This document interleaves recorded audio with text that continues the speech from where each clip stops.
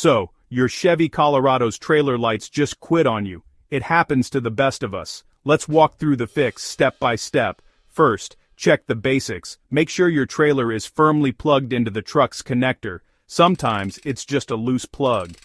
Next, look at your fuses.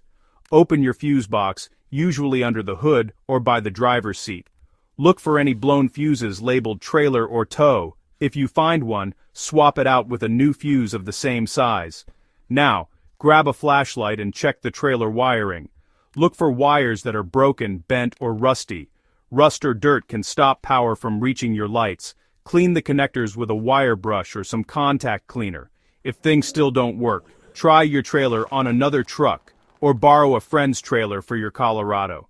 This helps you know if the issue is your truck or the trailer.